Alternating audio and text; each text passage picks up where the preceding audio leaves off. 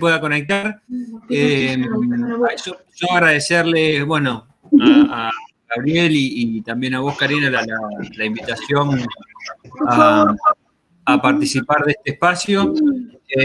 Bueno, como decís, yo soy docente investigador de la Universidad Nacional de la Patagonia Austral, con la sede de Río Gallegos. Yo hice mi tesis doctoral sobre construir el control social en Patagonia Austral a partir de la cárcel de Río Gallegos. Y ese fue como un primer acercamiento desde las fuentes documentales a un hecho trágico y traumático dentro de la historia de Santa Cruz, como fueron las huelgas. Obviamente, yo estaba en conocimiento de la obra de Bayer, digamos, conocía el tema, pero mi acercamiento documental tuvo que ver con mi tema de tesis. ¿Por qué? Bueno, porque en el registro los registros documentales que daban cuenta sobre la población carcelaria en el periodo que yo estudiaba, registraba un aumento exponencial hacia la década del 20, y sumado a eso una serie de testimonios asociados al proceso represivo que emprendió el Estado entre 1920 y 1921. Eso, digamos, fue un primer acercamiento. Un segundo acercamiento fue más aleatorio. Y en esto el profesor Gustavo Lucero me podrá corregir, hará aproximadamente 4 años atrás nos convocaron desde la Municipalidad de Puerto Santa Cruz a dar una charla justamente sobre las huelgas a bibliotecarias, bueno, a personal de museo de la municipalidad, a guardaparques. Bueno, era como un público bien heterogéneo. Y bueno, preparamos la jornada de trabajo, una jornada, digamos, donde explicábamos el proceso de la huelga.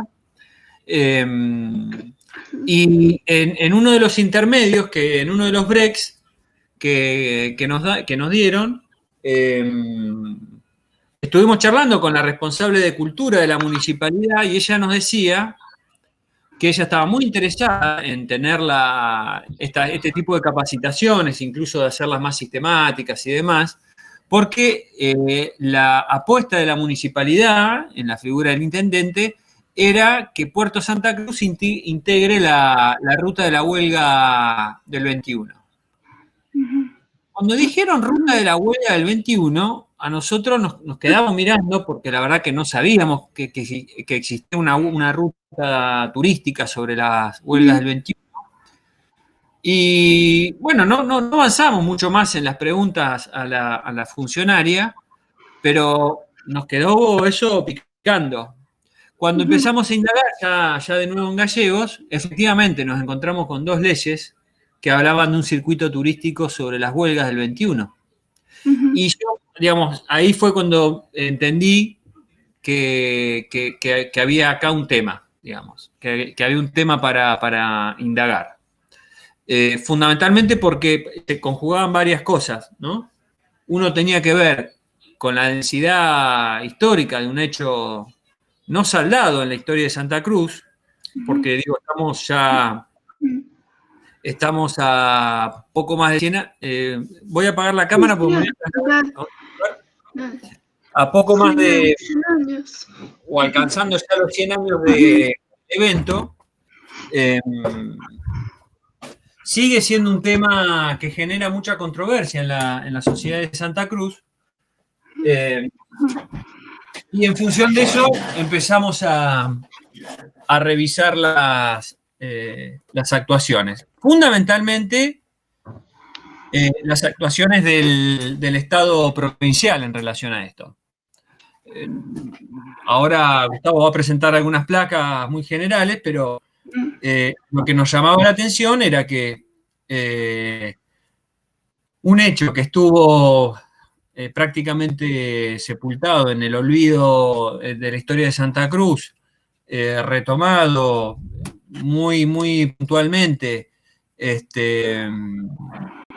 previo a la obra de Bayer, y y ya después bueno, con las obras de vallas se hizo más masivo y demás, pero donde el Estado provincial y territorial en su momento tuvo una actuación tan, si se quiere, ambigua, o en todo caso más claramente por no, digamos, no presentar una posición respecto a esto clara, veíamos que empezaba a desarrollarse desde la gobernación de Daniel Peralta, esto es desde el 2007 para acá, se empiezan a generar acciones sistemáticas en relación a la activación de procesos de memoria sobre las huelgas.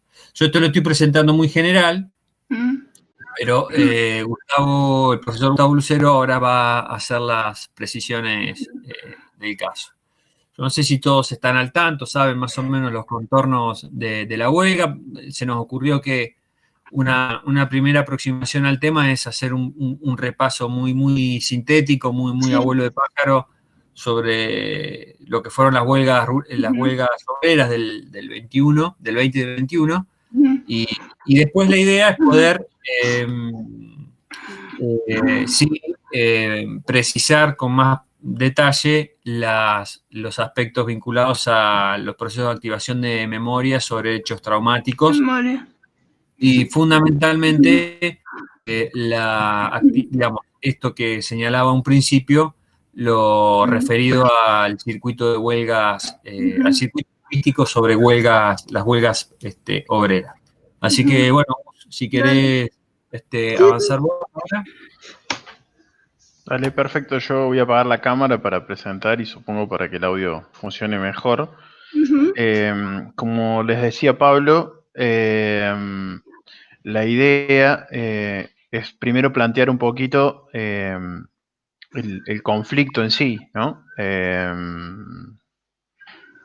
Porque me parece que mucho de lo que sucede después en relación con la memoria y con las disputas sobre la interpretación de ese pasado que pasa a principios, digamos, de la década del 20 en Santa Cruz, tiene mucho que ver con el tipo de conflicto que se desarrolló y los intereses que pugnaban en dicho conflicto, ¿no? Bueno, ahí está el título del proyecto que integrábamos con Pablo y con otros profes radicados acá en la UMPA. Y bueno, la idea es un poquito reflexionar en esta primera parte sobre la naturaleza del conflicto.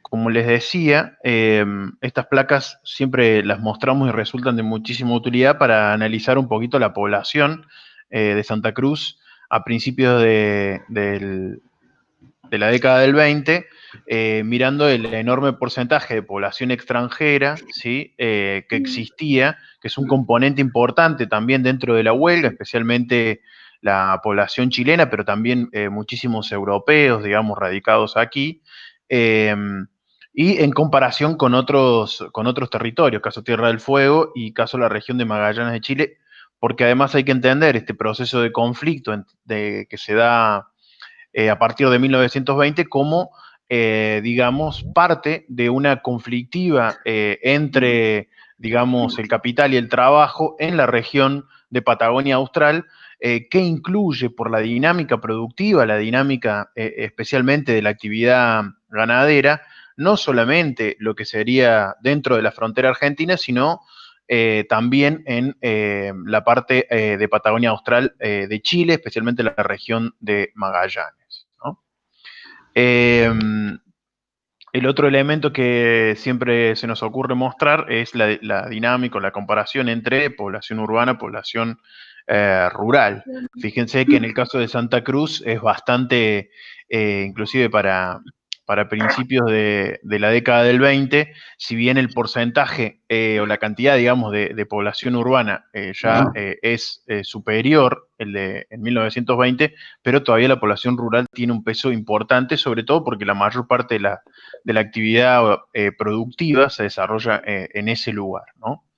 El modelo de Santa Cruz es un modelo de producción vinculado con la actividad, digamos, ganadera ovina, en su mayoría, y controlada también en una parte interesante de esa actividad por el capital extranjero, ¿no?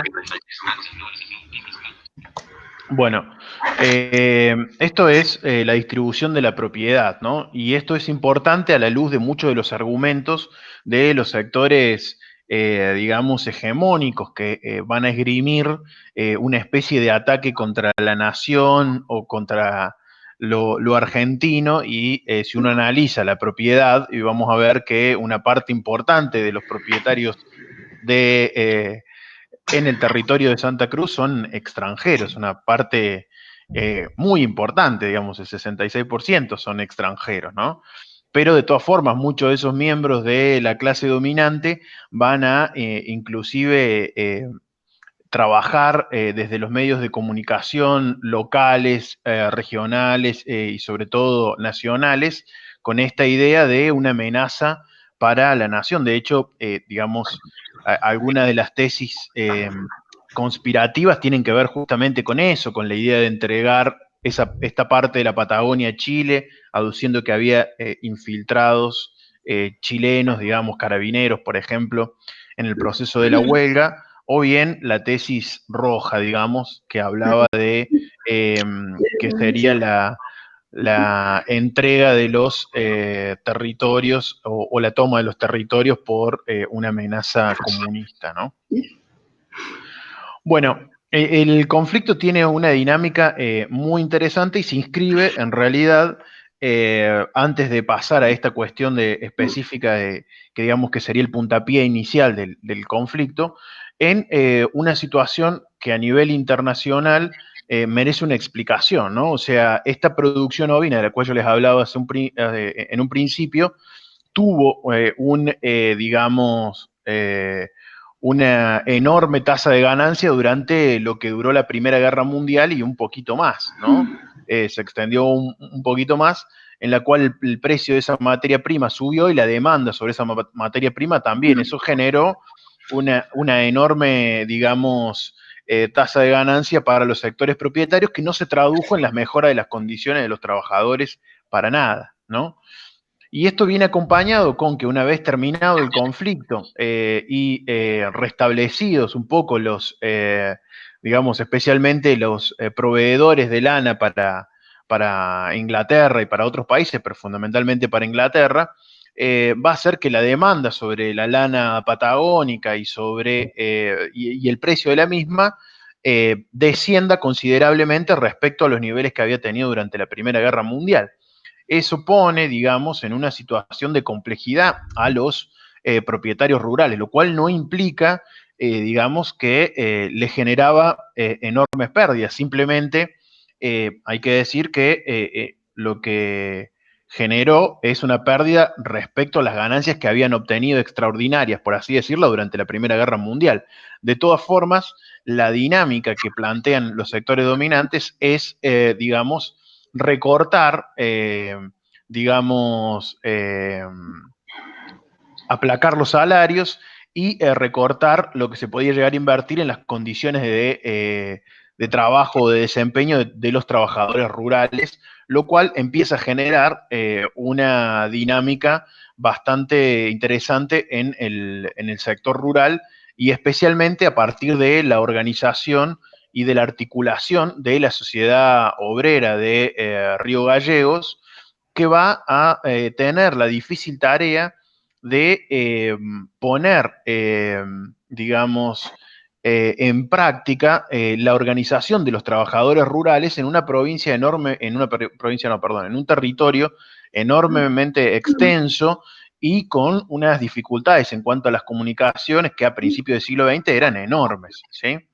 Pero el puntapié, como planteamos aquí en esta placa, del conflicto es el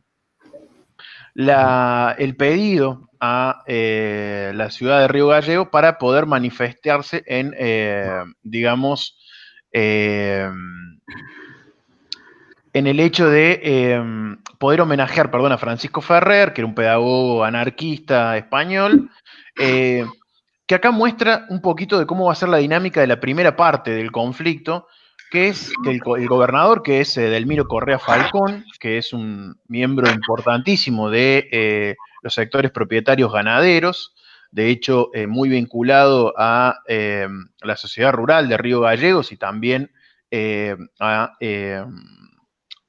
lo que sería la Sociedad Anónima Exportadora de la Patagonia.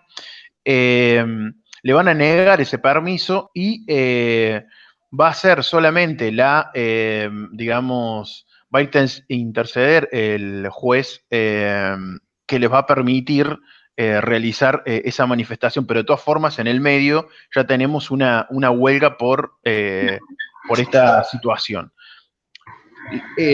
Nosotros decimos que acá el conflicto empieza a manifestarse porque a partir de esta, digamos, imposibilidad en un principio de realizar el acto, lo que muestra es que cuál es la relación entre esta clase dominante y los sectores trabajadores, ¿no? O sea, es una relación en la cual el diálogo es súper complicado y además esta clase dominante viene con una dinámica de, digamos, de opresión respecto y de silenciamiento de la clase trabajadora que no tolera ningún tipo de expresiones.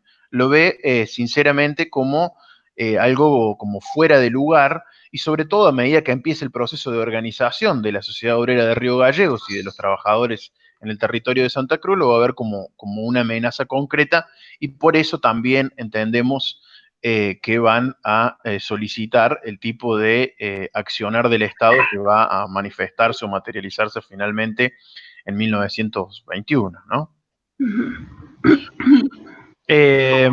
Esa huelga, digamos, que empieza en ese sentido, también empieza como les decía, a articular otras demandas que empiezan a manifestarse, ¿no? Y especialmente lo que logra la sociedad obrera de Río Gallegos es poner por escrito, ¿sí?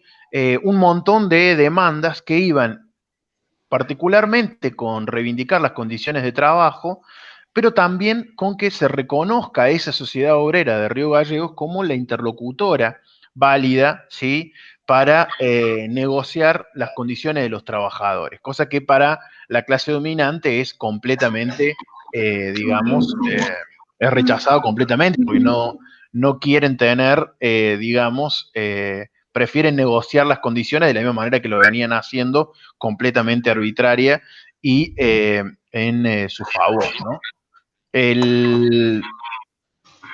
Esta dinámica genera, digamos, dos cuestiones. Por un lado, que los trabajadores empiecen a organizarse, pero también pasa que comienzan a organizarse los sectores propietarios, ¿no? Esto es muy importante para el desarrollo del conflicto, porque quizá si uno puede caer en el error, perdón, de creer que los que se organizan son los trabajadores y hay que entender que no, que el efecto que genera la intervención del ejército tiene mucho que ver con el trabajo que hacen los sectores propietarios organizados y, digamos, estableciendo una especie de lobby en Buenos Aires para que la intervención del ejército tenga estas características, ¿no? Y esto digamos, el conflicto cada vez más se va a ir desarrollando de manera cada vez más importante y de hecho se va a extender no solo a Río Gallegos, sino a otras localidades de la provincia, caso Puerto Deseado, Paso Ibáñez, ¿no? Y, digamos, vamos a llegar hasta tener algunos enfrentamientos como el que se menciona ahí, digamos, en el Cerrito, pero ese enfrentamiento hay que aclarar que es con la policía, ¿no?, del territorio, no con el ejército, ¿no? Todavía el ejército no ha intervenido, ¿no? Pablo, vos cuando quieras hacer o meter, digamos, alguna acotación, hacela. Yo me voy hablando, ¿no? Por ahí habría que sintetizar un poquito más esta etapa, pero lo que sí es importante señalar en este proceso de ir identificando cómo los distintos sectores trabajadores del trabajo rural empiezan a organizarse, marcar que, digamos, el trabajo rural en la Argentina siempre tuvo una gran dificultad para la organización, digamos.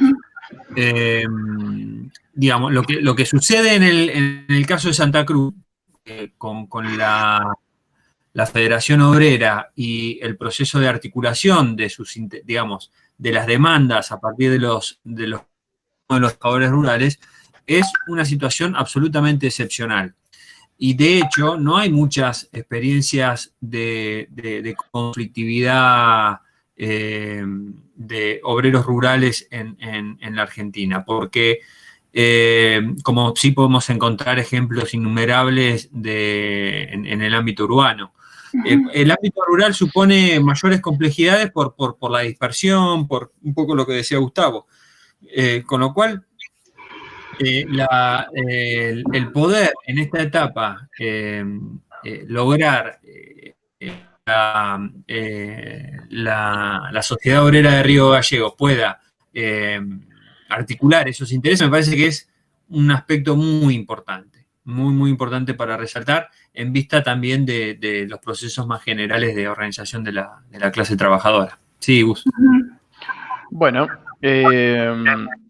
esta primera etapa del conflicto, que se cierra a principios de 1921, cuenta con la intervención del gobierno nacional. ¿Sí? El gobierno nacional envía al teniente coronel Varela para, digamos, darle una solución concreta a este conflicto. Esa solución va de la mano de un proceso de investigación de Varela, ¿no? Varela recorre gran parte de las estancias y escribe en un comunicado y en un informe que después se entregará a sus superiores, que en realidad las condiciones en las cuales desarrollan sus actividades los trabajadores rurales son, digamos, inhumanas y que lo que piden está muy bien, ¿no? O sea, digamos, está en ese caso en sintonía.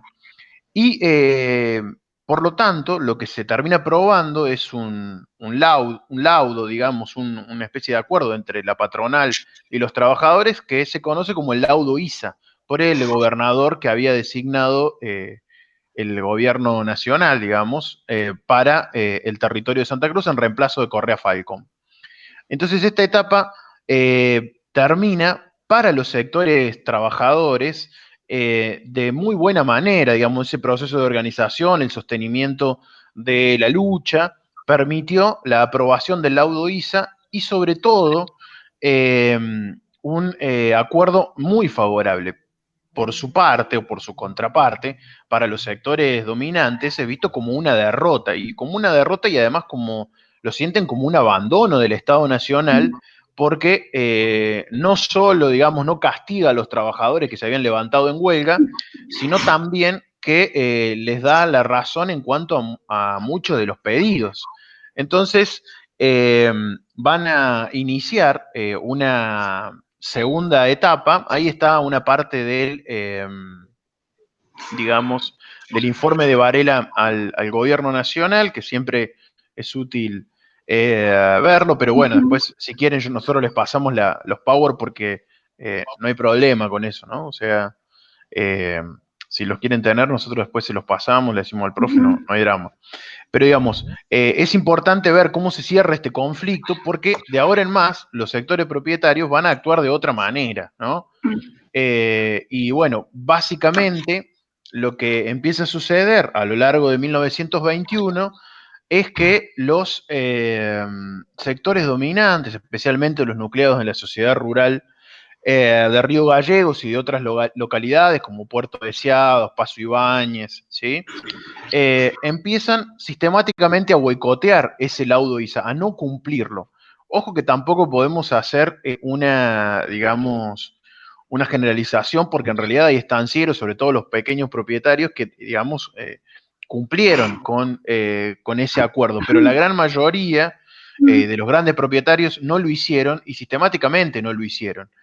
Y al mismo tiempo que incumplían el laudo ISA, y esto generaba un descontento enorme en la clase trabajadora, comenzaron a utilizar en Buenos Aires, o desde Buenos Aires, esta idea de plantear una situación de caos en la provincia, ¿no? Que la reacción de los trabajadores tenía que ver con la toma de estancias, asesinatos, quemas, violaciones, ¿no? Es como una especie de preparación del terreno, ¿sí? Para la llegada de, digamos, de otro tipo de solución. Y a esto hay que sumarle dos elementos que son muy importantes, que es el hecho de que en este proceso de la segunda huelga, los sectores trabajadores pierden dos interlocutores y muy centrales, que son, por un lado, el juez Viñas, ¿sí? Que, digamos, es relocalizado, y también la prensa, ¿sí? Sobre todo la prensa, una parte de la prensa local, que había sido por su, por su pertenencia, digamos, más radical que conservadora, había acompañado un poco, por lo menos, la publicidad de los actos y era una contravoz respecto a lo que decían los medios que estaban vinculados directamente a la clase dominante. Por lo tanto, la ausencia de esos dos interlocutores va a contribuir a que no existan muchas voces disonantes respecto a lo que digamos, llega a Buenos Aires de voces o por las voces intermediarias de los sectores dominantes. Y en ese sentido, el conflicto se radicaliza, ¿sí? Y los trabajadores empiezan, ¿no? A, digamos, extender la huelga en todo el territorio, ¿no? Bueno, esto también hay que pensar que ahí actúa no solamente la sociedad rural, sino una organización paramilitar que es la Liga Patriótica, ¿sí? Muy conocida porque también tiene participación en otros hechos similares en la misma época, en el mismo contexto histórico de principio del siglo XX. Y a partir de ahí, cuando Varela vuelve, digamos, porque Varela recibe nuevas órdenes de retornar al territorio de Santa Cruz y ahí está, digamos, la cuestión de si viene con la orden estricta de Irigoyen de hacer lo que hizo, si Irigoyen le dio una orden difusa y Varela hizo lo que creía que tenía que hacer. Independientemente de eso, que es un poco para exculparse los radicales o el ejército respecto de esa situación, lo cierto es que empieza un ciclo represivo tremendo por toda la provincia, ¿no? A partir de armar como tres rutas represivas, ¿no? Una en la zona sur, otra en el centro del territorio de Santa Cruz y otra en la zona norte, desarticulando la organización de los trabajadores. Hay que decir que salvo un enfrentamiento que se da en, eh, en la estación de tren ahí en zona norte, no hay registros de grandes enfrentamientos. De hecho, el ejército, las tropas del ejército tienen una sola baja que se da justamente en ese enfrentamiento, pero después no hay ningún tipo de bajas concretas del ejército y eso consta en sus informes, en el diario de guerra de Varela, por ejemplo. Eh, entonces, es muy difícil sostener la tesis que después van a tratar de llevar adelante los militares o bien los sectores dominantes respecto a que, digamos, había una situación de caos total y que además había una resistencia en la cual muchos de los que fueron fusilados pasaban como muertos en combate o algo por el estilo en los informes del ejército, no solo en los de Varela, sino en los de sus subalternos, ¿no? De esta manera, ese ciclo represivo va a terminar con la huelga, especialmente con sus principales exponentes, ¿no? Facón Grande, Ramón Uturelo, Albino Argüelles, ¿sí? Antonio Soto, ¿no? Ya en la última, digamos, asamblea que se da en la estancia Lanita, cerca del Calafate, aquí en la zona suroeste de la provincia de Santa Cruz, que después va a terminar exiliado en Chile. Bueno, eso va a terminar con un ciclo de números aproximados, 1.500 fusilados, ¿sí? De los cuales, digamos, todavía no reconocemos al día de hoy bien los lugares. Hay indicios, pero no fusilamiento o de enterramiento en fosas comunes están completamente, digamos, identificados, al igual que quiénes son los que fueron fusilados, ¿no? Recuerden, por eso volviendo a lo que hablamos al principio de la población, muchos de ellos eran chilenos, muchos de ellos eran indocumentados, o bien el ejército les requisaba los documentos y después no se sabía o no quedó registro de quiénes eran los fusilados. Pero en este proceso de represión hay que decir, para ir cerrando un poquito esta parte, que la clase dominante tuvo un rol esencial desde el pensamiento, digamos, desde su, podríamos decir, desde su planteo intelectual de la necesidad de este tipo de solución, pero también en el momento de la solución concreta, los principales estancieros acompañaban al ejército, identificando quiénes eran los cabecillas, ¿no? Y separándolos para que, digamos, tuvieran ese proceso de fusilamiento. Entonces, eso es un hecho que no hay que obviar porque es muy importante para entender el porqué del conflicto. O sea, es una clase que se siente, una clase dominante que se siente amenazada ante la organización de los sectores trabajadores y reacciona, bueno, buscando una recomposición de esa clase o de esa dominación cuestionada a partir de articular este proceso de fusilamiento. Hay un mapa como para poder ver los recorridos, ¿no? En la zona de, digamos, cómo se dieron las rutas de los fusilamientos, un poco marcando las estancias, ¿no? Con estas tres rutas que le decía, la del sur, digamos, que nacía en Río Gallegos, la de Paso Ibáñez, que era la de zona centro, y que se extendía un poquito más hacia el centro norte de la provincia, y la de la zona norte que nacía en Puerto Deseado, y pasando por la estación Tehuelches, digamos, ahí les mencionaba, era el único enfrentamiento que tenemos, digamos, concreto entre las tropas del ejército y de las fuerzas de los huelguistas, ¿no? No sé si alguna quiere hacer ¿Que agregue algo? Sí, dale, sí, yo quería ver si había preguntas. Es importante entonces para pensar lo que nosotros estamos pensando, algunos elementos que son importantes, que señaló Gustavo. Primero, la participación de sectores de la sociedad civil en el ciclo represivo. Digamos, es decir, que no fue solamente una campaña del ejército, sino que también hubo compromiso de sectores de la sociedad civil del territorio nacional de Santa Cruz en el mismo, ¿sí? En la represión. Señalando, teniendo vehículos, brindando combustible, alimento, alojamiento, etc. El otro elemento importante, porque es el tema de los muertos. No se sabe con precisión. Bayer habla de 1.500,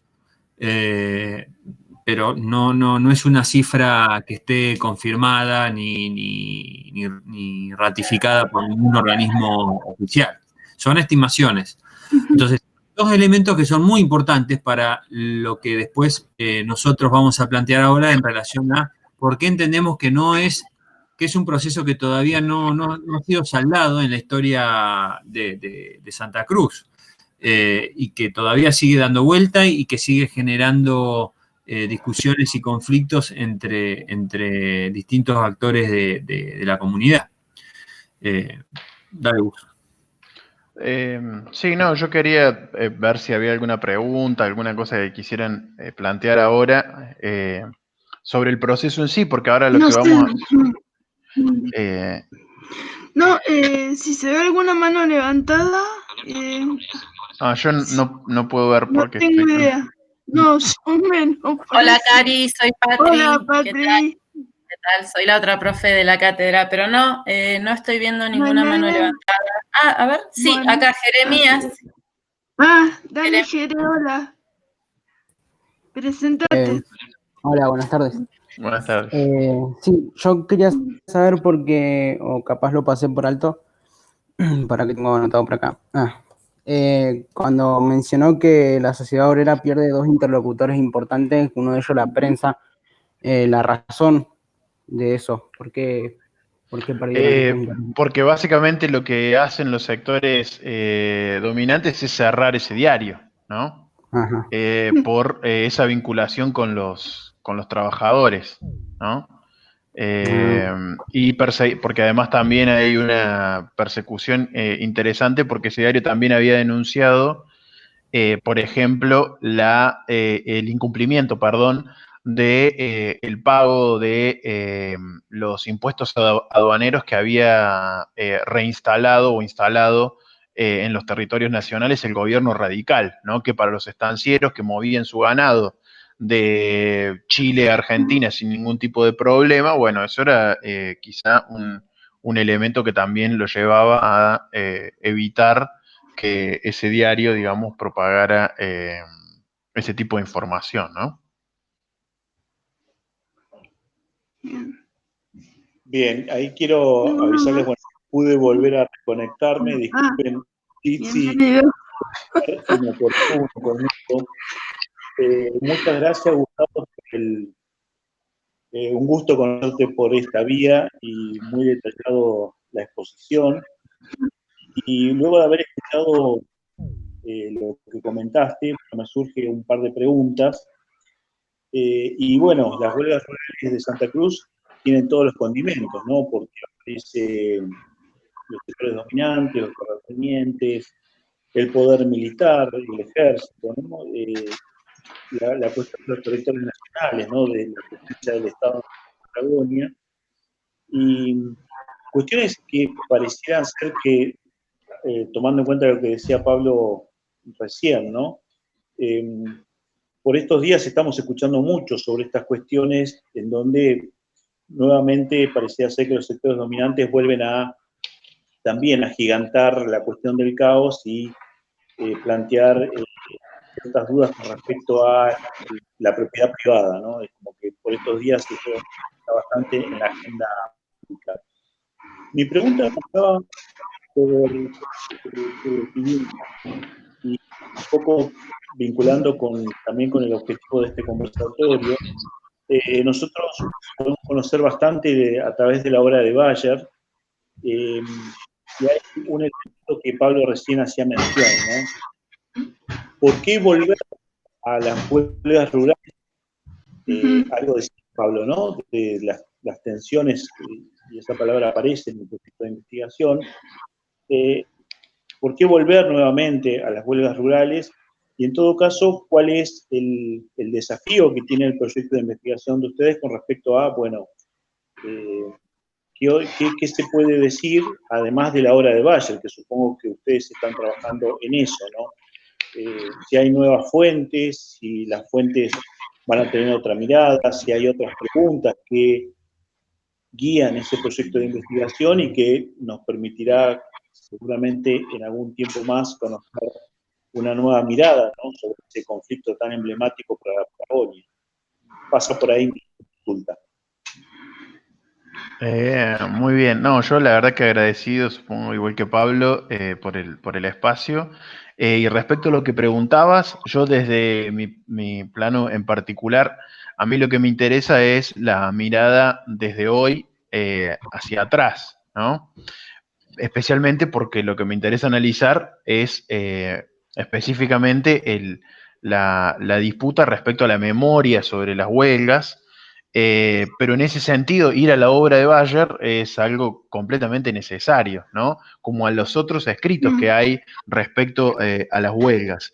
Y vos recién decías, bueno, ¿por qué volver? La realidad es que una de las cuestiones que planteaba Pablo hace un ratito respecto a la idea de que, bueno, la verdad es que no sabemos, son 1.500, cuántos son, quiénes son. Eso también, ese vacío y además la impunidad, porque esos fusilamientos siguen impunes hasta el día de la fecha. Entonces, eso hace que haya como una permanencia de las huelgas, que de vez en cuando aparezcan, ¿no? Como aparecieron en su momento, no sé, en algunas pintadas que Pablo siempre recuerda en el conflicto docente del 2007 en Santa Cruz. Hay como una pervivencia de las huelgas, pero especialmente ahora porque desde hace de un tiempo a esta parte el Estado provincial ha asumido ha asumido esa memoria o una memoria oficial sobre las huelgas que nos invita a pensar un montón de situaciones, bueno, especialmente, bueno, los objetivos del gobierno provincial respecto al rescate de esa memoria. Y en otra cosa que a mí me interesa, que no creo que pueda abarcar, digamos, en lo que pienso investigar, pero que es súper interesante, es un poquito la contradicción o la incomodidad quizá para el Estado de poder articular ese discurso de rescate de las huelgas con las condiciones de trabajo que tienen hoy en día los trabajadores rurales, valga la redundancia, ¿no? Porque una de las cosas que siempre vemos es que en las fechas cercanas al invierno o en el invierno encontramos en los diarios de Santa Cruz, de Tierra del Fuego, de Chubut, seguramente algún trabajador rural muerto en condiciones de abandono completa, ¿no? Pero además, sumado a eso, el enorme nivel de informalidad que existe, ¿no? Si bien hay agencias para el control, esas agencias muchas veces no funcionan o están en manos de sectores propietarios, ¿no? O sea, si uno analiza, por ejemplo, quién es el responsable del RENATRE en Santa Cruz, es un miembro de los sectores propietarios quizá más importantes de la región, ¿no? Una cosa como para ver, ¿no? Claro. Pero bueno, más o menos eso. No sé si respondo a tu pregunta, pero es necesario para nosotros también volver a las obras de Bayer, porque en Bayer hay un discurso, por así decirlo, es quizá el actor social de la memoria más destacado que tuvo esta temática, ¿no? En el sentido del rescate de la memoria de los trabajadores o de la perspectiva de los trabajadores a partir de su monumental obra, ¿no? Bien, antes de darle la palabra a Patricia, bueno, yo no sé si lo hicieron, pero para no quedar como un maleducado, les comento que nos acompañan las profesoras JTP de la materia, Karina Belmes y Patricia Castro, y el ayudante alumno Federico Leguizamón, ¿sí? No tuve la posibilidad de presentarlos al comienzo de esta transmisión. Y también nos acompaña un profesor también de la carrera, estaba Luciana Lagos, creo que está Guillermo Huino, porque también difundimos la actividad en la carrera, así que también han estado escuchando. Así que bueno, le doy la palabra a Patricia, que quería preguntar algo.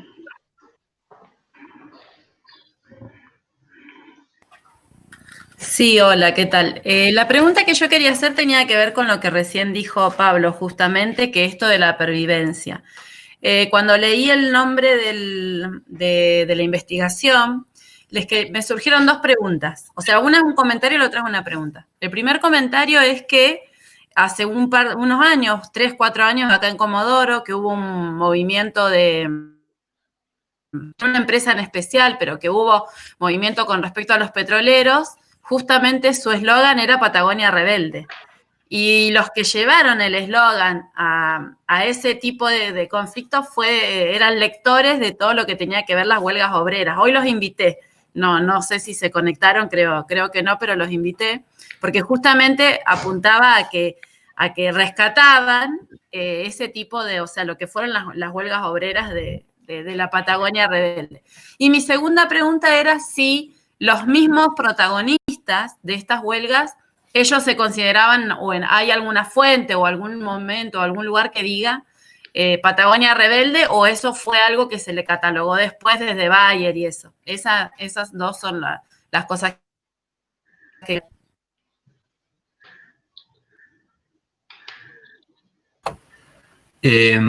Bueno, a ver.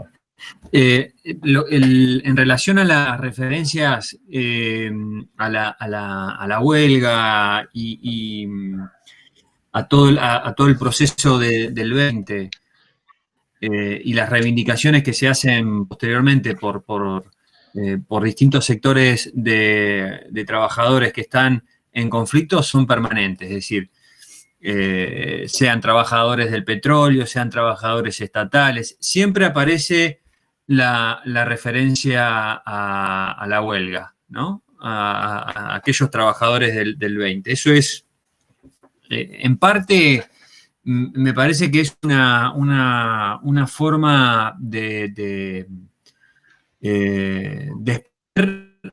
la situación de desigualdad que perciben los trabajadores en la actualidad y darle cierto carácter, y esto es una hipótesis, esto lo digo acá como para plantearlo en términos de hipótesis, y si quieren lo podemos profundizar, porque me viene muy a cuento de la figura de Bayer, de cierto tono heroico, ¿no?, que se le ha ido dando, y eso yo se lo atribuyo específicamente a la obra de Bayer, ¿no? Lo que hubo fue una masacre en el 20 y el 21. No hubo héroes, hubo una masacre de sectores propietarios y del Estado hacia trabajadores. La figura de Bayer, la obra de la Patagonia Rebelde, y sobre todo, y mucho más aún, Bayer agudiza más esta línea de asignarle un tono heroico a las luchas de los trabajadores. Yo no sé si esto, yo nunca tuve, cuando le íbamos a hacer una entrevista a Bayer, ese año falleció y lamentablemente nunca pude hacerle la pregunta personalmente. Sí se la hice a la hija, que vino a Gallegos el año pasado y estuvimos charlando bastante.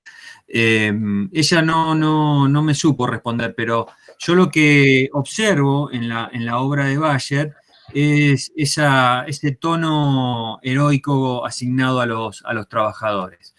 Y lo profundiza mucho más, decía, con las contratapas en el diario Página 12, donde eventualmente Osvaldo hacía alguna referencia a la Patagonia, a los sucesos de la Patagonia rebelde.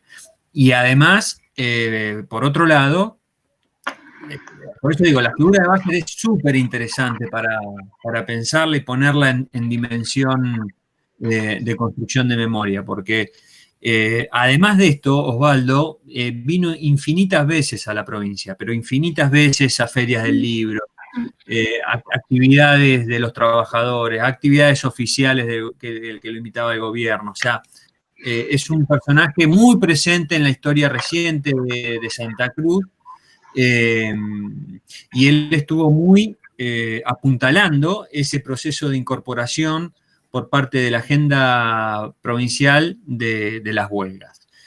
Lo cual todo esto hace y merece un análisis y un balance. Por eso, cuando decimos por qué las huelgas a 100 años, es justamente por todos estos elementos que registran un interés notable.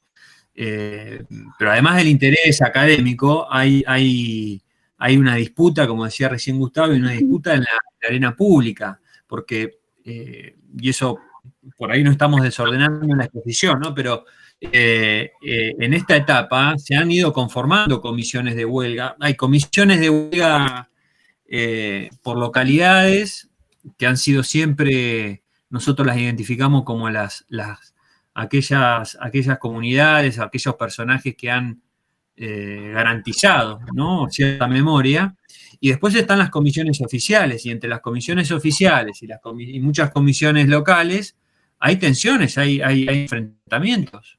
Nosotros el año pasado tuvimos un caso muy particular a propósito de la avenida de Ana Bayer y de la hija de Isabel Soto, la hija del famoso gallego Soto.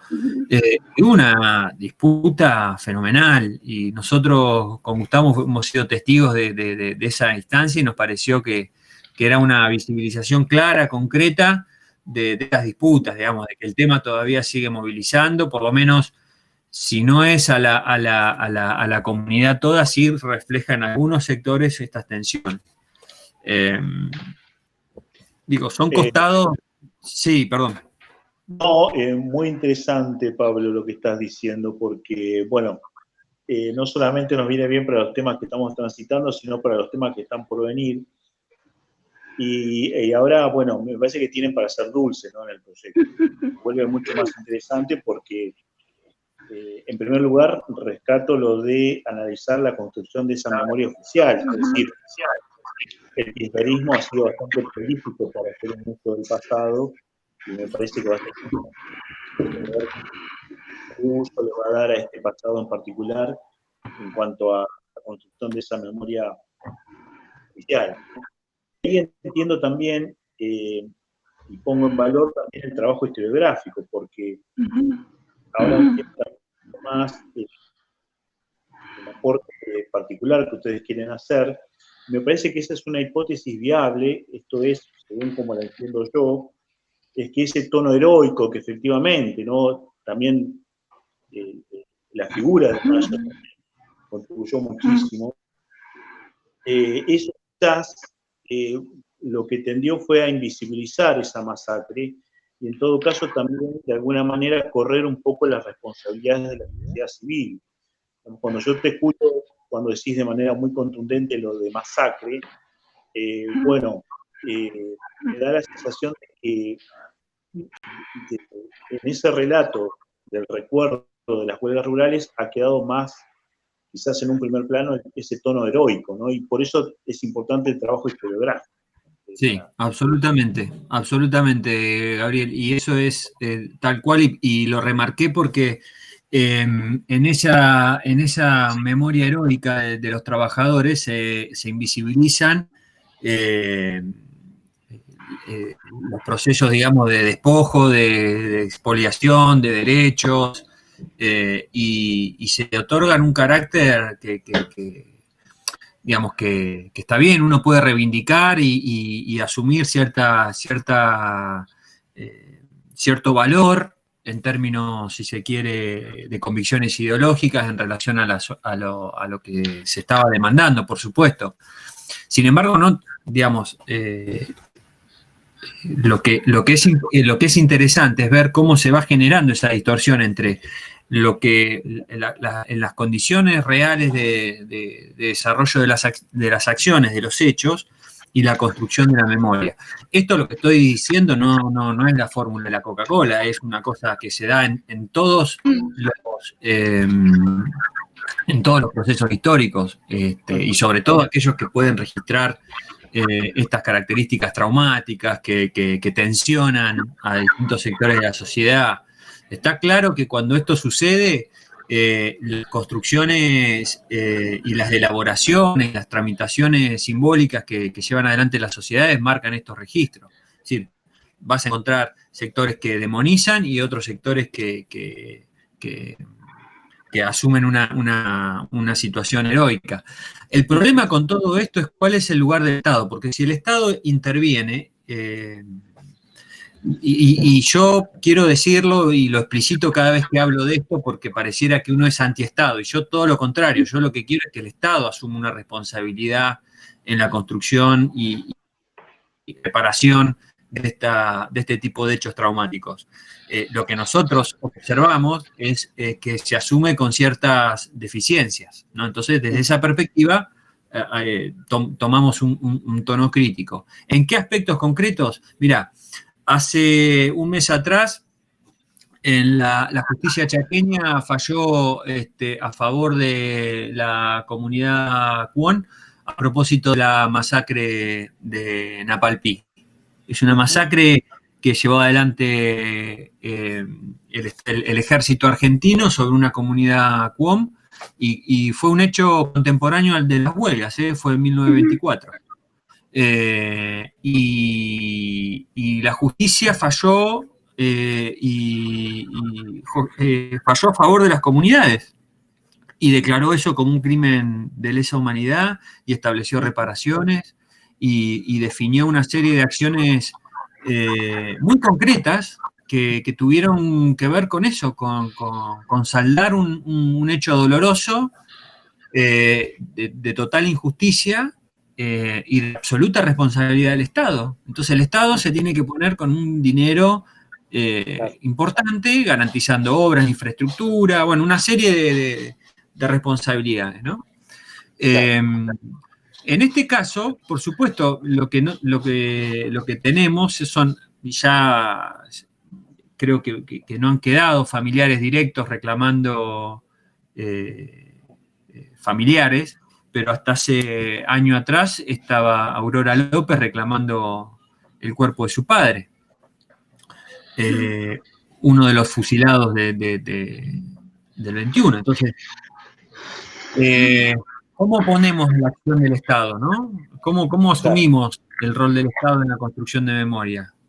Solamente la efeméride, solamente el monumento, es solamente, bueno, ahí son esos los dilemas. Nosotros hemos charlado, incluso hay profesores de la universidad, de la carrera, que están involucrados en las comisiones provinciales, es decir, las comisiones oficiales que tiene el Estado provincial por la memoria. Hemos discutido, estos temas son de discusión, obviamente, porque, claro, pareciera que la posición nuestra es una posición extrema de principistas, de que vemos que la acción del Estado está mal, y todo lo contrario, lo que decimos es que el Estado tiene que estar presente, como en cualquier hecho trágico, el Estado tiene que estar para reparar, ¿no? Eso es un poco la posición nuestra. Y esa reparación significa algo más que algunas cosas, ¿no? Entonces, por eso, y vuelvo a la pregunta de Patricia, ¿no? ¿Por qué las memorias, por qué las huelgas hoy? Fíjate todas las cosas que estamos diciendo que nos traen las huelgas todo el tiempo al presente. Es un pasado que no pasa. Antes de darle la palabra a Lucas, estudiante también del primer año, me quedo pensando en esto, ¿no? Que ese tono heroico de esa obra de Bayer sirvió para visibilizar esto en un primer momento, pero pareciera ser que no alcanza para una reparación, ¿no?, de todos estos hechos. Bueno, le doy la palabra a Lucas, que quería hacer una consulta. Hola, ¿qué tal? Sí, yo quería consultar respecto a que nosotros estábamos viendo el trabajo de investigación y habíamos visto que siempre, se trabaja con fuentes, y quería saber, además de la obra de Bayer, si hubo otras fuentes o cómo las consiguieron o cómo tuvieron acceso a eso, y también si hubo trabajo interdisciplinario con otras disciplinas. Eso.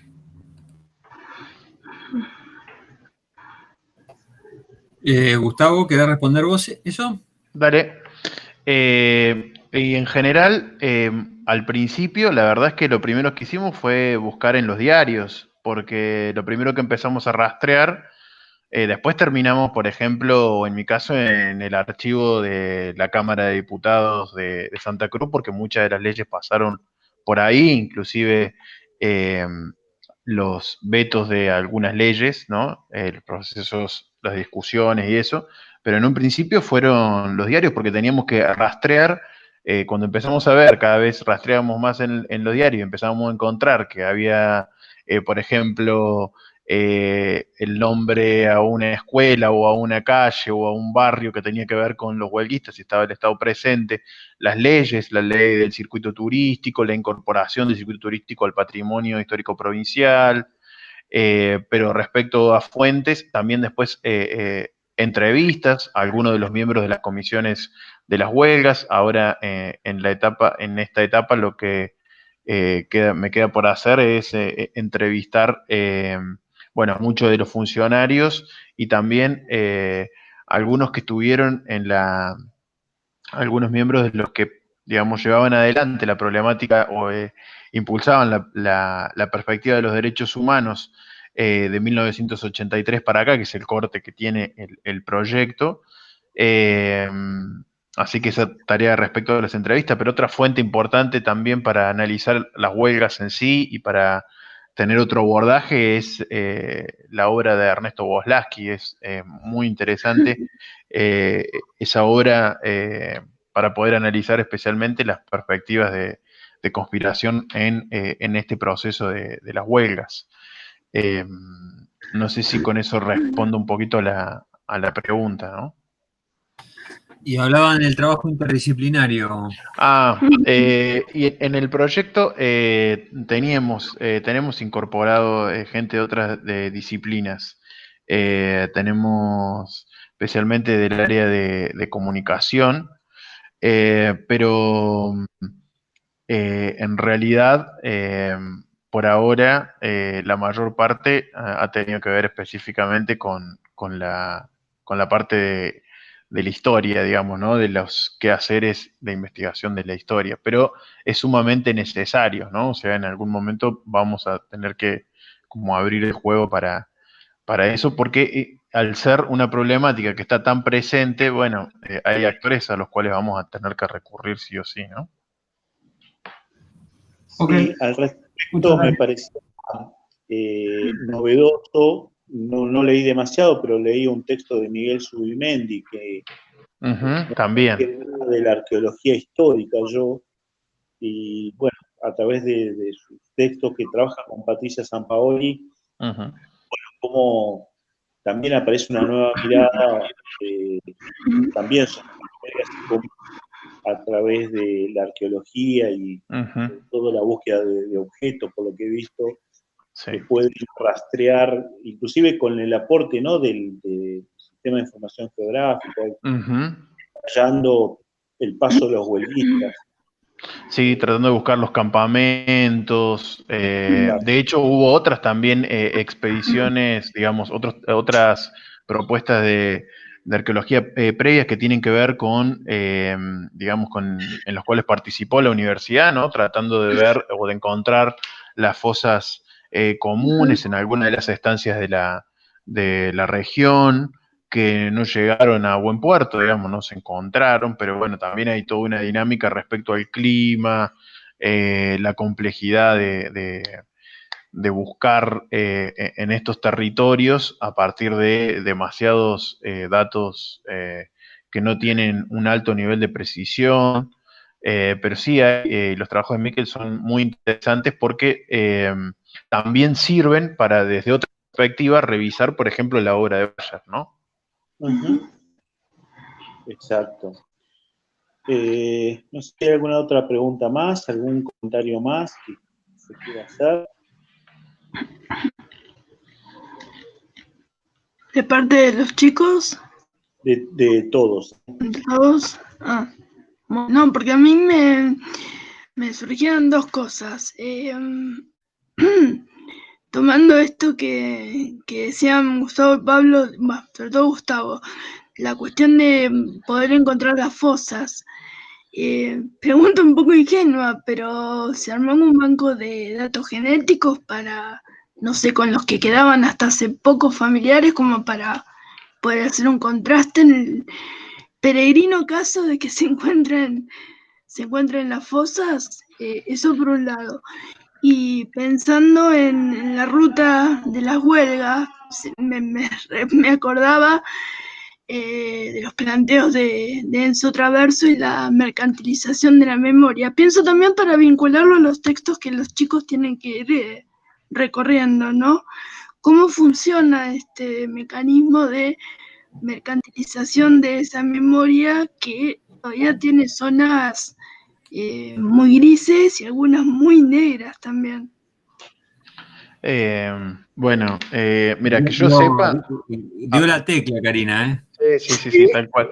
Porque ya vamos a llegar a Traverso, digamos, ¿no? Vamos a pasar por otros lugares, pero ya vamos a llegar a Traverso. Mira, que yo tenga entendido eso que vos mencionabas respecto a los datos genéticos, no, digamos, ¿no? No hay nada de eso. Y lo del circuito histórico, turístico, encima se llama Circuito Histórico Turístico de las Huelgas del 21, o sea que ya del vamos desconoce las huelgas del 20, ¿no? Para mí eso no es una cuestión menor. Tal cual como aparece en los coletazos que llegan al 22, porque yo recuerdo haber claro, leído. tal cual. Hay fusilamiento hasta el 22, sí. Claro. Tal cual.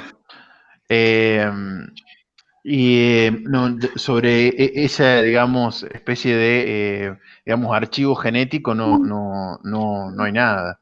Y lo de la mercantilización de la memoria, te decía, es una cuestión muy interesante para pensar desde esa perspectiva las huelgas, específicamente porque lo único que existe, si ustedes quieren, ahora yo lo voy a mencionar un poquito, es una propuesta privada, o sea, el Estado tiene una ley, la incluyó dentro del patrimonio, ha hecho algunos elementos, sobre todo en el 19 y el 20, pero son más que nada reuniones. Ahora, la señalización y la implementación de ese circuito por parte del Estado no existe. Lo que sí existe es un emprendimiento privado, ¿sí?, que ustedes tienen que contratar bajo la denominación o bajo la perspectiva del turismo sustentable, para poder hacer diferentes trayectos dentro de la huelga. Yo ahora les voy a pasar los datos para que ustedes también los tengan, no hay problema con eso. Pero esta perspectiva de traversos es súper amigable para entender esto, ¿no? Es muy interesante. Cuánta creatividad en algunos sectores. Estaba pensando justamente en esa idea de cierta turistificación, ¿no? De todo incorporar al turismo, y me choca con esa idea de masacre, ¿no? Cómo Sí, tal cual. utilizar eso, ¿no? Que es tan tremendo. No, pero ¿sabés cuál es además lo que le agrega el toque de contacto? Es que, a ver, en otros sitios donde han sucedido tragedias, masacres, etcétera, se ha llevado adelante procesos de incorporación a cierto circuito turístico, pero después de algún tipo de discusión. Es decir, sobre la base de que definimos qué queremos hacer con este lugar, no como se hizo acá, que se sacó la ley y se entregó la llave a un privado para que explote la ruta. Vale decir que cualquier habitante del país o de cualquier lado que quiera asistir a alguno de estos sitios, en muchos casos, están con llave. Entonces, son elementos muy fuertes. Son elementos muy fuertes donde el Estado tiene que asumir la responsabilidad. Claro, si lo que pensaba quiere es... Sí. en el ejemplo de, digo, la ESMA, hoy uno puede visitar, pero con otro objetivo, ¿no? Pero justamente eso es lo que te digo, bueno, el Museo del Holocausto, todos los... Hay lugares donde han sucedido horrores, pero detrás de esa incorporación al turismo, digamos, ha habido discusiones, hay una reflexión previa que antecede ese abordaje. Porque no es cualquier cosa, o sea, digamos, lo que se está haciendo es un recorrido por los lugares donde se supone fusilaron, donde se supone que hubo sufrimiento, donde hubo reivindicaciones de trabajadores, bueno, donde se sucedieron todos estos eventos, y por eso te digo que hay ahí algunas tensiones que que quedan un poco desdibujan un poco el accionar del Estado, eso es lo que te digo.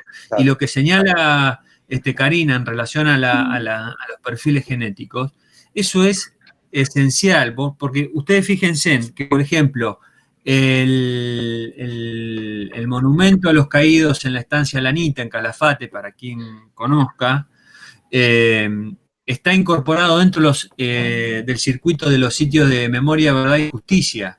Es decir, que de los sitios que el Estado Nacional reconoce como memorias como sitios de memoria, verdad y justicia, que la mayoría son sitios asociados a la dictadura, a la represión de la dictadura de los 70, el caso de Calafate está incorporado dentro de ese circuito. Vale decir que se reconoce que ha habido un proceso represivo y, sin embargo, como se ha aplicado en la década para los asesinados y torturados en la década del 70, que se ha implementado toda la creación de un banco genético, de la búsqueda, el cruce con los datos de abuelas, demás, etcétera. En este caso, con un Estado provincial que podría haberlo hecho, no lo hizo. Y lo mismo que planteabas vos, Gabriel, en relación a los trabajos que ha hecho Miquel. Miquel nos ha contado que en su trabajo de arqueología él ha podido identificar algunas zonas concretas, precisas, donde hay enterramientos. Y le digo, bueno, y con esa información, esa información la elevo a las autoridades. Vale decir que hay información. Y bueno, entonces son estas cosas que a uno lo ponen en una tensión permanente con las acciones que toma el Estado, ¿no? Claro. Sí. Bien. ¿Alguna otra pregunta?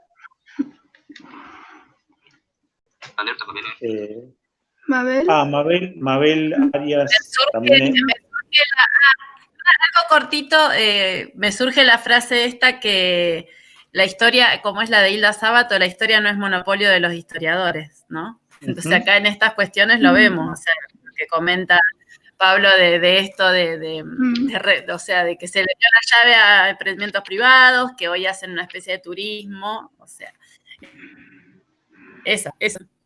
Bien. Mabel Tal Arias cual, quería tal cual. hacer una pregunta, también estudiante del primer año. Mm. Mabel es estudiante de Sí, geografía. buenas tardes. Santa Más que Cruceña. nada, mi pregunta tenía que ver igual con cosas que han dicho mis compañeros, y era sobre, bueno, sobre las fuentes, si recurrieron, si bien esto es, calculo yo, más de la historia reciente, si las fuentes no han tenido que ver con cuestiones de relatos, si no han ido a hacer ese tipo de indagación.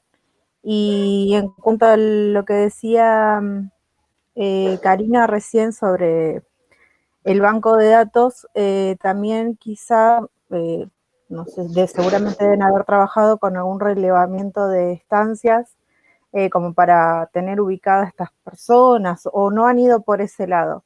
Por ahí capaz que no entendí bien esa parte.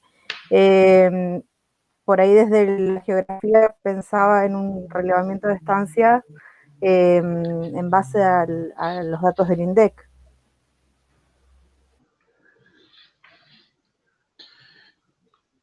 No sé si Pablo quiere que conteste yo. Dale. Bueno, respecto a las fuentes, un poco lo que le contestaba a tu compañero hace un ratito. No hemos ido, o por lo menos en mi caso, no he ido a trabajar con las fuentes, digamos, que se generaron en el momento del contexto del conflicto, ¿sí? Ha sido, en mi caso, más que nada, trabajar a partir de rastrear esta este rol del Estado como un actor social de la memoria en relación a las huelgas. Entonces, por ahí quizá, seguramente en algún momento habrá que revisar eso, pero todavía no ha sido por ahí el momento de hacerlo desde mi perspectiva. Y después, respecto a lo al banco de datos, lo que mencionaba de las estancias, por lo que nosotros pudimos rastrear del fundamento de la mayor parte de las acciones del Estado, no van más allá de una dudosa lectura de las obras de Bayer, ¿no? O una lectura de las obras de Bayer. O sea, yo te decía que respecto a las fuentes sobre eso no hay, pero sí con lo que he trabajado son, por ejemplo, con los fundamentos de los proyectos de ley, el proyecto de ley del circuito histórico turístico, de la reforma de esa ley para incorporación, el proyecto de ley que habló o que terminó siendo, digamos, que sancionó la lectura obligatoria de las obras de Bayer para los estudiantes de nivel secundario de la provincia de Santa Cruz, igual que la proyección de la película. El fundamento de eso es realmente muy escaso. Y eso también se muestra en los discursos, analizar el último discurso de la gobernadora de Santa Cruz respecto a la inauguración de un monumento a los huelguistas en el Centro Cultural que se encuentra sobre la calle San Martín, una de las calles principales de la ciudad capital, digamos, de Río Gallegos. También ahí hay muchísimos elementos para ver diríamos, de debilidad respecto al conocimiento del conflicto y lo que se rescata, ¿no? De ese conflicto.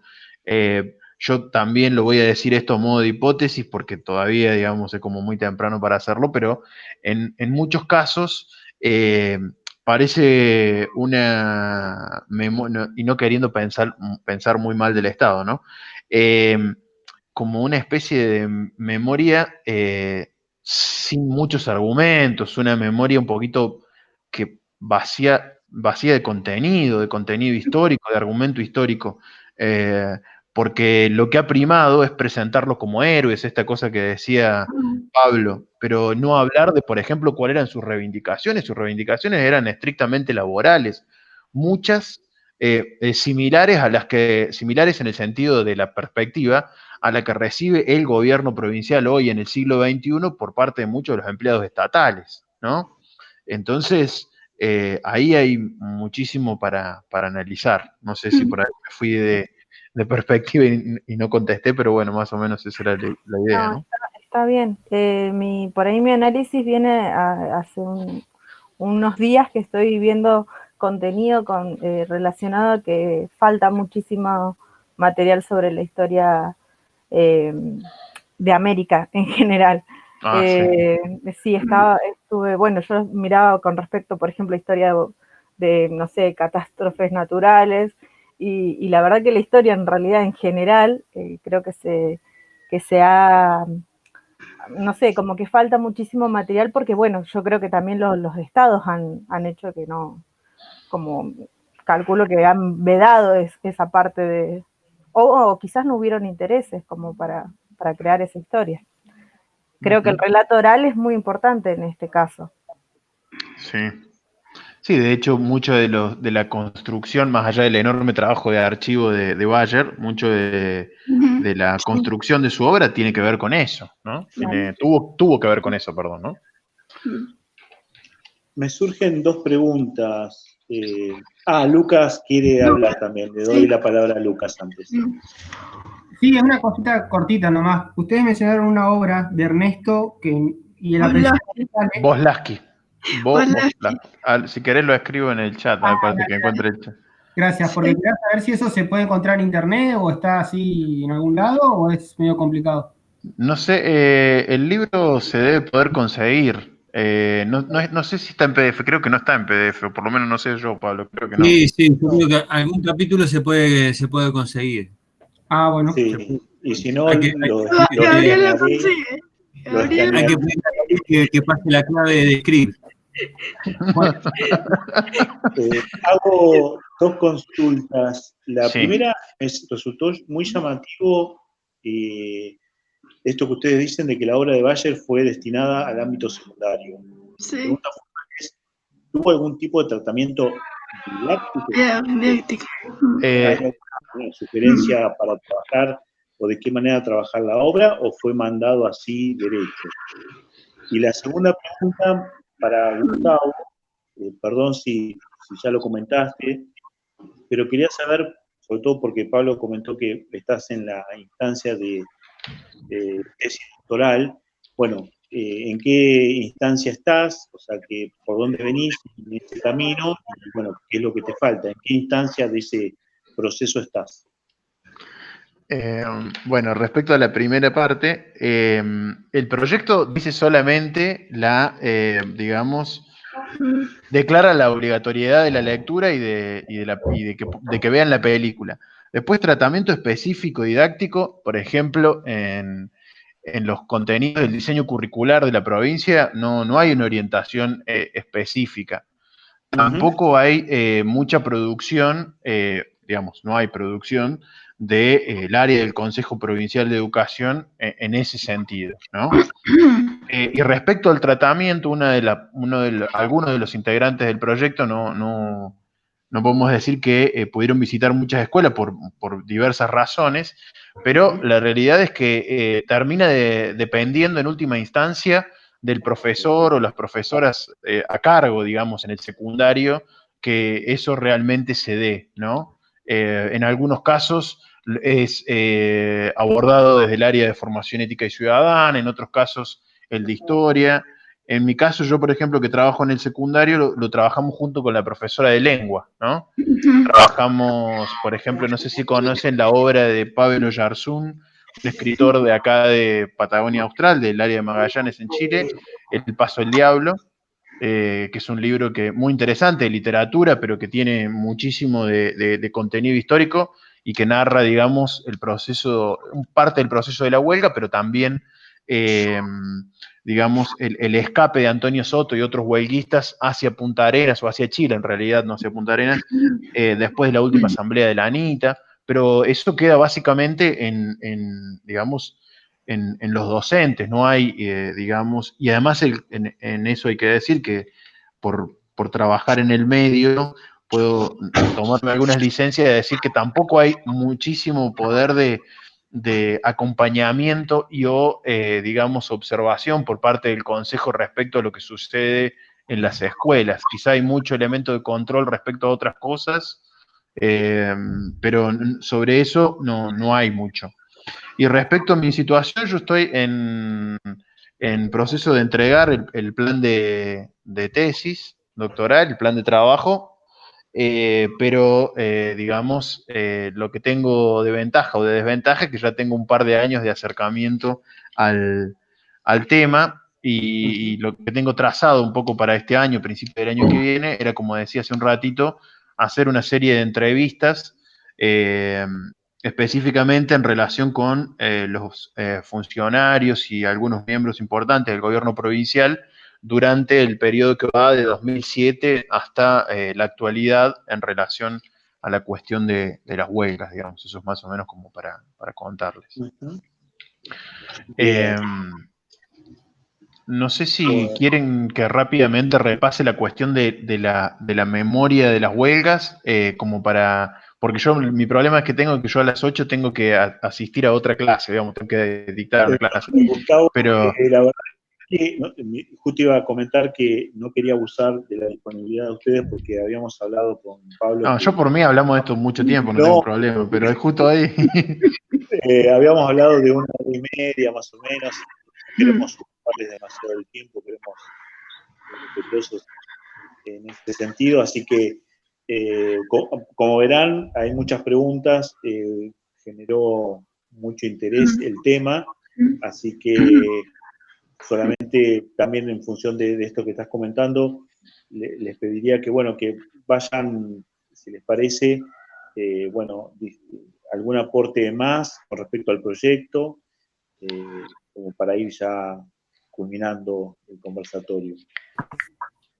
Mira, en realidad los alcances del proyecto, creo, y esto ha sido un poco, han sido detallados por las preguntas, básicamente. Creo que mucho de lo que íbamos a decir lo pudimos responder a partir de las preguntas que hemos recibido, así que obviamente que nosotros entendemos que son temas complejos complejos por varios temas. Primero, porque son temas dolorosos. En segundo lugar, porque hay posicionamientos de distintos actores, posicionamientos muy claros en relación a esto. Actores diversos, actores que tienen un reconocimiento enorme, como el propio Bayer, hablar sobre la obra de Bayer, plantear algo sobre... son posiciones difíciles, porque además era una persona muy querible, y ya te digo, una persona que ha estado muy, muy, muy presente en las distintas actividades que se han organizado a propósito de la huelga. Pero bueno, es un símbolo.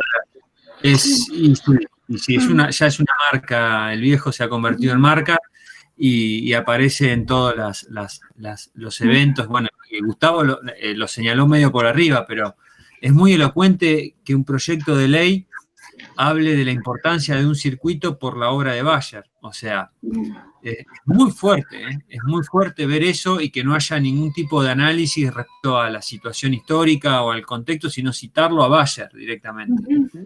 Eso habla de la dimensión que tiene la figura de Bayer acá, bueno, y también de la particularidad de la clase política, ¿no? Sí, pensaba en eso, sobre todo en el último tiempo he leído algo de Zepernik, ¿no? Y también, ¿no? La Patagonia Rebelde, la película en ese contexto de post-73, también, que cómo adquiere otro sentido las huelgas rurales allí, ¿no? Sí. Sí, yo de mi parte lo que quería agregar, que me parece importante, y retomar un poquito lo que decía al principio, es que una de las cosas centrales de esta temática es que queda muy claro esta idea que aparece en Schelling de la memoria como un campo de disputa, ¿no? Independientemente de que podamos pensar en algunos actores que tienen, digamos, ciertos sectores digamos, ciertos actores privilegiados de la memoria, en el sentido que cuentan con una serie de medios para poder hacer que su perspectiva sobre el pasado tenga un determinado eco sobre la sociedad. También, como dice Traverso, esas memorias fuertes, esa idea de memoria fuerte, memorias débiles, no es algo que está cristalizado, ¿no? Lo que muestra en este caso el accionar del Estado provincial y en realidad el devenir histórico del 83 a la actualidad, es que esas memorias, que fueron memorias débiles durante mucho tiempo, ¿no?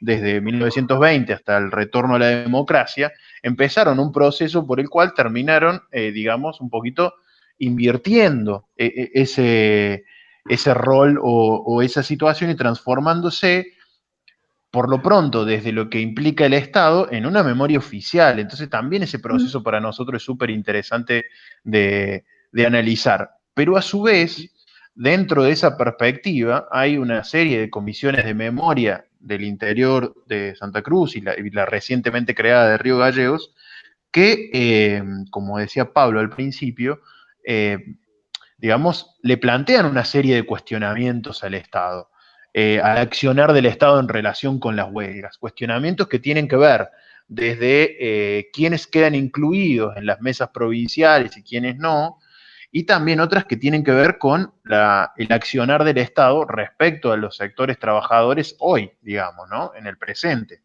y en el periodo en el cual han gobernado. Entonces, eso también me parece que muestra a las claras cómo hay una pervivencia del tema y una actualidad cada vez más importante, ¿no? Claro, en este contexto conmemorativo incluye mucho más importante. Sí, además porque tomando de nuevo a Schelling, el Estado en realidad lo que ha trabajado básicamente es lo que podríamos denominar como reparaciones simbólicas, ¿sí? Lo que tiene que ver con, por ejemplo, los nombres a algunas calles, la señalización de algunos sitios, que no es una cuestión menor, eso es, hay que decirlo, es muy importante, pero no se condice quizá con esta idea de entroncarlo como de hecho hacen los funcionarios del área de derechos humanos actualmente y de un tiempo a esta parte, cuando hablan de las huelgas, de hacer un paralelo con lo que sucedió en la última dictadura, ¿no? O sea, para este proceso hay memoria, pero no hay como una preocupación por la verdad y la justicia, como con el proceso anterior al cual ellos hacen realmente referencia. De hecho, el año pasado se creó la Comisión Provincial de la Memoria y uno de los objetivos principales de esa comisión, no me lo recuerdo textualmente, pero lo voy a parafrasear un poquito, tiene que ver con rescatar especialmente las memorias y los hechos referenciados a las huelgas de 1921 y a la última dictadura militar en Santa Cruz, ¿no? Eso aparece en el texto que creo, si ustedes agarran y lo buscan en internet, aparece. Y eso es realmente llamativo. Es llamativo que el Estado no asuma responsabilidades sobre esto. Digo, este Estado provincial como heredero del Estado territorial, ¿no? Que tuvo, a su vez, enormes responsabilidades dentro del conflicto. Es algo que quizás nosotros no abordamos, o por lo menos en mi exposición, nosotros no, Pablo, no te voy a meter en esta, pero yo en mi exposición no abordé que esa es una participación muy importante de la policía del territorio en todo el proceso del conflicto, en el previo y en el posterior también, ¿no? En el proceso de enjuiciamiento de los trabajadores, la elaboración de las confesiones a partir de torturas, o sea, es muy importante. Y sobre eso hay muy poco, digamos, o el Estado provincial hoy en día hace muy poco, nada más. No sé si por ahí me excedí. No, por favor. No sé, Karina, Patricia.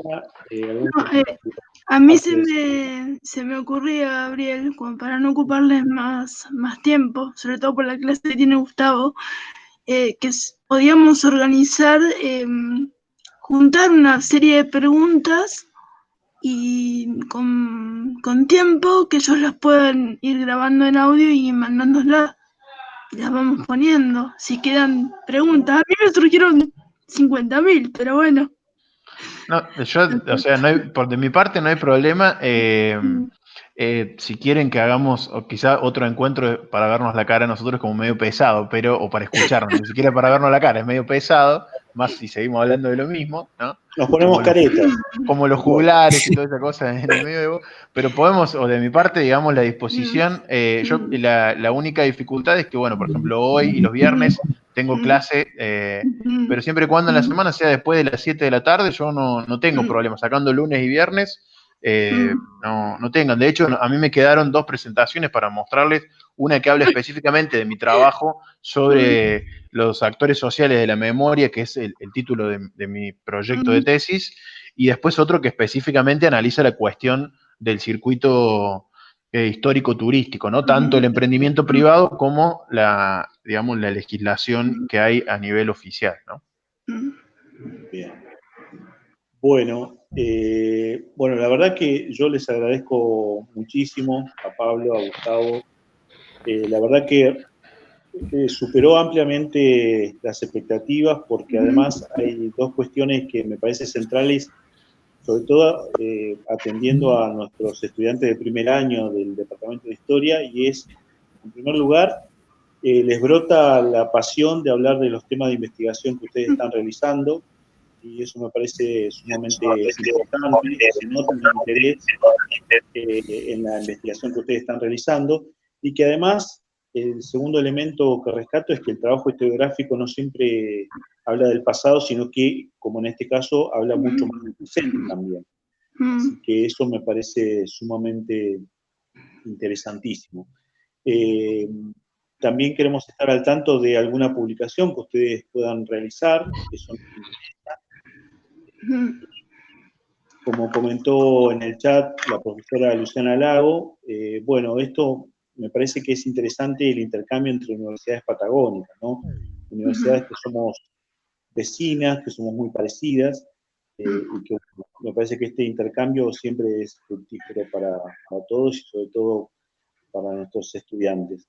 Así que les agradecemos, les mandamos un fraternal abrazo virtual, y te tomamos la palabra, quizás en algún momento volvamos a molestar para tener este intercambio.